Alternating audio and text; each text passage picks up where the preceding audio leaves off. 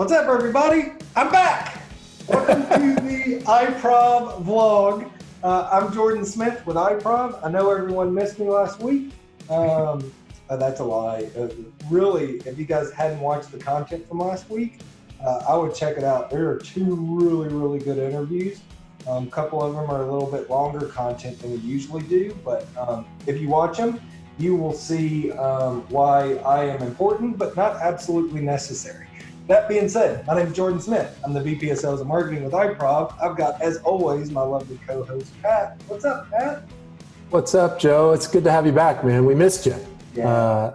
Hey, speaking of quarantine content, if my count is right, this is number 25 of these. This might be the most committed we've been to anything. Well, at least you. I mean, I'm an old married guy. I've got that as I can hang that on the commitment column, but this is a big deal. I'm excited. This is a big deal. We're going to make this vlog our wifey pretty soon. Hey, I want to introduce a very special guest, and if you guys are watchers or listeners, you have seen or heard this guy before. We've got Jake, who's our social media director. And we wanted to bring him on specifically because we want to talk about a very specific subject that I think he can lend a lot of expertise to, which is, today we want to talk about how young people put their time, talent, and treasure where their hearts are. So Jake, first of all, welcome. Hey, Jake, welcome. I would love to say that Jordan and I, are experts on this topic, but I'm squarely not in the young camp anymore since I hit 40 last year. So thanks for coming and giving us your perspective. Thank you for considering me young. I'm in my 30s. I'm 31 now. I'm in my 30s. But thank you for considering me young. I like this. Absolutely. Yeah, we love it. We appreciate it. So first off, starting off really quick, tell us what is this war between Gen Z and millennials? Why are they picking on us? Why are they picking on us on social? I'm not even sure what.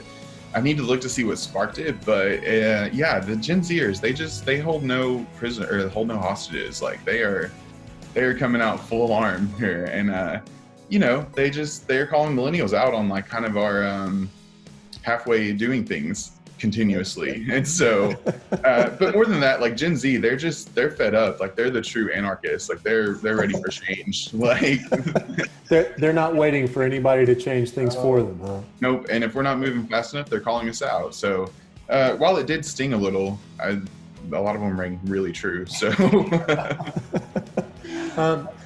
So Jake, that brings me to like a good point, because you're actually the sort of the genesis of this topic. I think it was you that said, young people put their money where their hearts are, and we sort of took that and everything that's going on in the world right now. You can see a whole lot of sort of time and talent, not just money going into the world. And so if for brands, I mean, for the people that we work with, is brand loyalty just dead with young people? Is that still a thing, or is it something that can be garnered and won? I mean, Yeah. I think that the way that we view the brand loyalty is a little bit different, and especially the way that, the younger generation views it is very different. But it's not like, we did a practice, I guess I would say one time, about, do you use your mother's laundry detergent? And I do, out of nostalgia and out of like, it smells like my mom, but no one else on the call did, other than I believe Patrick. And it was like, everyone else is my age or younger, maybe a year or two older. And so none of them did. And then, so that kind of plays into the whole, they buy what they believe in. So a lot of times that's eco. A lot of times it's like this, all natural, good for the environment, not harmful to humans kind of branding. A lot of times it's where they put their money. So if corporations and brands put their money into nonprofits and organizations that we believe in, then I think we are more loyal to those brands. A great example right now is, of course, Ben & Jerry's. Ben & Jerry's have made quite a branding statement by just being activists. But man, like so many people I know that are always complain about being poor are now buying Ben & Jerry's and saying that they'll spend extra money on Ben & Jerry's. And so it's like, oh, okay, well, we don't have the wiggle room to buy name brand products a lot, but they're going to buy those. And so that's, I think, really important. That's what's going to separate them from like, the great values and the off brands that millennials typically buy, because that was the other thing. The other aspect is millennials, my generation, stopped caring about brands. We don't, as far as like my friends in my circle, we don't care to wear clothes from Walmart or, like things that were like, you had to wear a certain brand or you had to buy a certain brand or, like I'm guarantee you will find great value things in my pantry right now. It's no longer that value that is associated with the brand because the product is just as good. So the brand loyalty there, no. But then you have Ben & Jerry's, brand loyalty's back. Well, so that's an interesting point. So, I mean, obviously activism or caring about the causes you care about is one attribute that companies should look at for ways for, sort of attracting customers. But what are some of the other attributes? I mean, I hear you when you say that the Amazon effect is a real thing, that a generic is just as good as the brand. But, when we talk about things like environmental impact and the Amazon effect, there's a lot of products that could be manufactured here, just as inexpensively and for a whole lot less in terms of things like environmental impact. Talk to me about what you and the people in your circles think about when it comes to some of these attributes. What are they, and what should brands be talking about if they do want to sort of attract some of those folks? So you mentioned the manufacturing, which is kind of interesting because yesterday I had a conversation with a friend where my lawnmower, which is currently not working, but it's proudly displayed in the back, made in USA. Like that is the selling point. But when you really dive into it and you look, because my friend is kind of a wannabe Nancy Drew sleuth. So when you really dive into it, it was assembled in the USA, but none of the parts were made here.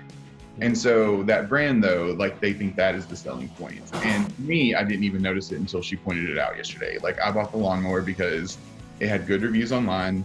It was in my price range and it was efficient to like my size, like getting it to and from the store to my house. So I think that that's kind of something that may be almost hyped up, the made in USA, where it's not even really truly made in the USA. My car is the same way. It says assembled here, and it was assembled here, but all the parts came from, Japan.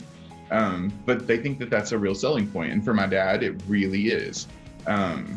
For me, I think, and for my generation, it's less about like, where is it being made and where are the conditions, which gets into a whole like activism thing of like, are there children making, 30 cents an hour to put together this $4 shirt I bought on Amazon? Or, are these shoes that are $20 were they put together by children made no money? It's just, I think that my generation thinks about that a whole lot. Online is also a big thing. So even if I'm buying in the store, I look online at the reviews before I buy, because I find that millennials and Gen Z and Gen X also are all three very good about reviewing products and being openly honest about it, sometimes to a point of fault, but you get some real great reviews too, some hilarious ones. But I look at everything online before I buy. I look at like the reviews on the website, or if it's sold on Amazon, I look at Amazon reviews. The tricky thing is people do get paid to endorse and to 5-star it, but I kind of take that into account too, and I think a lot of my friends do as well. Facebook, the social media, using it and being like, hey, what laptop are you using? Or especially if I'm doing theater stuff or film stuff, then I, specifically will tailor a status to be like, hey, film friends, what's a program that you use to edit, or what's a, so I think that we also rely on each other a lot when it comes to branding. It's like word of mouth and reviews. Well, and so that brings me to a good point, is how much the status or the status of the product that you buy sort of influence purchase. Like, when I was early in my career, having an Apple laptop versus having some generic Dell, that meant that you were in like a creative business, or, now everything happens in a browser. It really doesn't matter what machine you're working on, but is that status still important to young buyers? I think it was when I was in the market trying to purchase a few years ago. But now you have, and specifically in like the laptop creativity department, you have so many options with like the way that Windows Surfaces are competing. and doing something totally different, the way that Google Chromebooks are doing something totally different. But I think that yes, there is still kind of that status of MacBook is this like creative branding that goes with it. When someone comes in and they have the MacBook, you know that they are on it a lot. You don't really have a MacBook that collects dust, I don't feel like. Which, I mean, Apple users are a whole different breed of consumer that like, I've never seen anything like it. They will squander their beliefs to get the new iPhone, and they will like let go of their morals to get the new MacBook. And like, I was listening to a podcast or a quick YouTube, and they were like, yeah, if Apple came out with a shoe, you know that there would be people, sounds weird, but there'd be people lined up at the door ready to buy that shoe. Oh, we've got people in our office that would do that. Yeah. Absolutely. Very loyal. Like Apple has cornered that market on brand loyalty. And it goes from, you know, my 65-year-old father that doesn't really know how to use his iPad to like me with my iPhone 11. Like it, you know, we all have our loyalty there. But everyone loves Apple. It sounds like what you're saying is that young people want a cult, because Apple is a cult. And Apple is everything I own is Apple that's electronic. I mean, you know, outside of a few devices hooked up to televisions, but I mean, yeah. My really big, especially like my gamer friends, like they are very Droid, like Windows PC, Xbox, Droid driven, no Apples. Like they hate the kind of constrictions that Apple puts on buying apps and stuff. And so I think that there's like a really, that you can ask people, especially millennials, are you a Droid or an Apple iPhone user? Like, and there's a very clear distinction between the two. Hardly every one's like, I can go either way. What I hear you saying is it's not really cult, it's community that drives purchases. Yeah, I would say that too. Well, that's what it sounds like. I feel like, and I want to do a part 2 of this where we talk about, for those organizations that are watching this, that are trying to figure out, okay, well, that's great. How do I motivate my young workforce? I think that's important too. But if you're an organization out there and you're watching this and trying to figure out what you can do to get your brand and your product and your service in front of those age demographic that we're talking about, yeah, what I've heard is community, right? You know, reviews, being active on social media, engaging with your audience, and also mission, right? Maybe you're a small, medium-sized business. We know that's most of who watches this thing. You know, maybe you're not doing a ton from an activist perspective, but you know, your mission statement involves making sure that you guys help out the community. That's important to make sure that you get across. So even if you're not out there like Nike and doing, you know, donating millions and millions of dollars to different causes, or the Ben and Jerry's example, sharing your mission and talking about why you're in business, I feel like would be beneficial to that group that we're talking about too, right, Jake? Absolutely. I mean, mission's super driven. I've been buying, and y'all know I wear them all the time. I've been buying Toms for over 10 years. Like I love Toms. I don't throw them away hardly ever. I have so many pairs. But it's, you know, it is that mission of like buy one, get one, give one. And they're comfortable shoes. And if I'm going to buy comfortable shoes, I might as well buy the pair that gives one to someone that helps. I think locally there's a restaurant here. I live in Conway. There's a restaurant here in Conway that, and which actually all branches in Little Rock too, but they give a meal for every meal that purchases. And so that is when it first premiered here in Conway, opened.